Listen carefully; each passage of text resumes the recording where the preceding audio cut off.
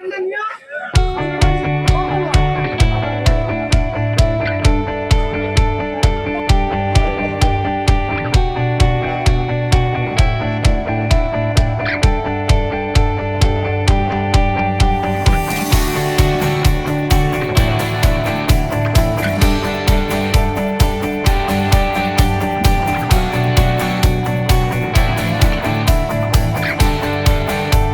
পৌর প্রতিনিধি হিসাবে নয়, আমি এই ক্লাবের সেক্রেটারি। এটা আমরা গত 10 বছর ধরে এই প্রোগ্রামটা অনুষ্ঠানটা করি। এখানে এই পুজোকে কেন্দ্র করে বহু মানুষের সমাগম হয়। আমরা এখানে বহু মানুষ, প্রায় 2-3 হাজার মানুষ বসে ভোগ খায় এবং এই ভোগের আয়োজনটা মানুষের দ্বারাই হয়।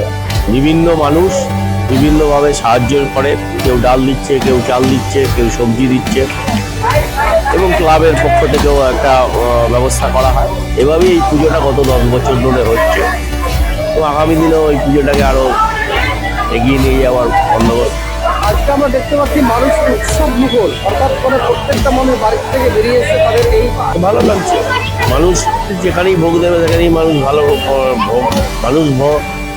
মানুষ ভক্তিপ্রাণ, মানুষ পুজো আর্চা করে, পুজোর ভোগ মানুষ পেতেই চায়। আজকে মোটামুটি কত লোকের এখানে মানে লোকের খাওয়ার আয়োজন করা হয়েছে। এরকম হয় নাকি আসতে পারছে? প্রত্যেক বছরই এরকমই হয়। জনপ্রতিনিধি হিসেবে কি বার্তা দেবে নাকি? আজকে জনপ্রতিনিধি হিসেবে হচ্ছে পুজোর প্রসাদ মানুষ গ্রহণ করছে, বিভিন্ন জায়গা থেকে মানুষ আসছেন, প্রসাদ গ্রহণ করছে। এটাই আবার জনপ্রতিনিধি হিসেবে ব্যাপার কিছু। বিভিন্ন কালী পূজা ঠিক আছে, তো আজকে রটন্তী কালী পুজো, যদি এই বিষয়টি আপনি রটন্তী কালী পুজোটা আজকের দিন অমাবস্যা হয়। এবারে অমাবস্যাটাও অনেক রাতে পড়েছে, 12টা 16 না কত এরকম পড়েছে। তারপরে পুজো শুরু হবে এবং এই কালী পুজোটা হচ্ছে রাতেই পুজো হয় এবং সূর্য ওঠার আগেই ঠাকুর বিসর্জন হয়ে যায়। আজকে এই রটন্তী কালী পুজো বিভিন্ন জায়গায় হচ্ছে, বহু মানুষের বাড়িতেও এই পুজো হচ্ছে আজকের দিন।